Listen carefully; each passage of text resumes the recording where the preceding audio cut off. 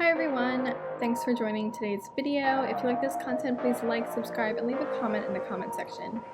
So today, we're going to be talking about Yashahime episode 13. And wow. Whew. Guys, I was waiting for this one. I saw the clips from the week before with the Claw and Miroku, and I was like, who is that Claw? Is it Sesshomaru? Like, something's going on, and guess what? Okay, so that's actually Setsuna. Holy cow. And it's drawn together that when she met Miroku, he taught her that chant, but it was to seal away her demonic powers. So in Inuyasha, he was a half demon. Whenever put into a corner where he needed to protect himself, he would become full demon. But it was too strong of demon blood in his system as a half demon, so eventually it would just overtake him and he would go on a killing spree and he would be able to control himself. So basically, to stop that from happening to Setsuna, Miroku put a spell, so to speak, on her. And that was something that was really interesting because it contrasts the last episode where we see that Toa, a new moon comes, turns to a human.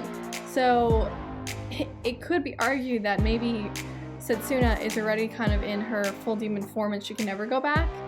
And the only reason why she's able to maintain herself is due to a spiritual spell. So she may never ever have a new moon situation, which would be really interesting, and I'd love for them to kind of dig deeper into that. But to me, that was the #1 biggest thing. But I will say, some people may argue, I do think that something else that was pretty big happened in this episode, and it was Sango, Miroku, Gyokuto, back on the scene, back in the show. Oh my gosh. So we see a moment where Sango is praying at kind of the big grave site, a memorial stone. We don't know who that is for. He knew Hisui and Gyokuto's sister isn't around. We don't see her. So it could very well be her grave site, or it could be a memorial site for Sango's village and family, her father, because they never really had a proper, grave site. They were buried and then dug up again and reburied, and it wasn't the same memorial site. So it wouldn't surprise me if she kind of was like, I need to have this so I can honor them every day. So I'm hoping that's the case, and that Hinu, the sister and twin of Gyokuto, is somewhere safe doing something cool and spiritual or interesting. And who knows, maybe she's trying to become a priestess and maybe inherited spiritual powers like her father, which quite frankly would be a really cool spin-off. At the end of the episode, we saw Sango again, and we got a really nice look at her face. She's aged pretty well. She seems really sweet and kind. It doesn't seem like she's out there fighting, but I could totally be wrong. It seems like she's a homebody who takes care of things now, and she takes care of her daughter, takes care of the house, and she also made masks for Kohaku and the rest of the gang. So she may be playing a backseat for a while, and at the very same time, Miroku is training for 1,000 days to become stronger. It wasn't really made clear what the issue was that made him decide that he needs to become stronger. It's assumed that maybe he was fighting someone and maybe he just wasn't able to fight them off.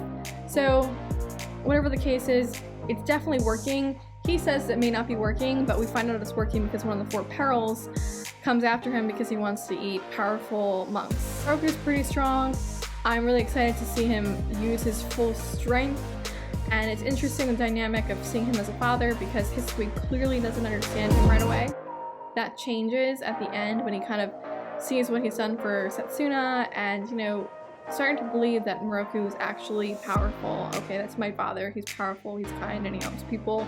Even though he runs away, he kind of runs away if he doesn't have to exert himself, which is respectable, because I think other characters have done that. For example, Sesshomaru never ever exerted any extra energy unless it was absolutely necessary. Unlike Inuyasha, who the minute you want to take him on, he's ready to go. So I think it's kind of better, especially as a human who, I'm sure it's Miroku, can't really recover the same way. So I think Hisui's come around to him in either or, so I think it's fine. But love the Setsuna transformation. She inherited Sesshomaru's claws and the marks on her arms and also on her face. And she's also got ears and more prevalent fangs. Love to see it. She says at the end, oh, I inherited this, so you probably inherited something too. I don't think it was clear that her blue dragon strike attack for Toa was inherited, but it was, so maybe that's something. Maybe it's also the writers trying to imply that there's something else coming for Toa.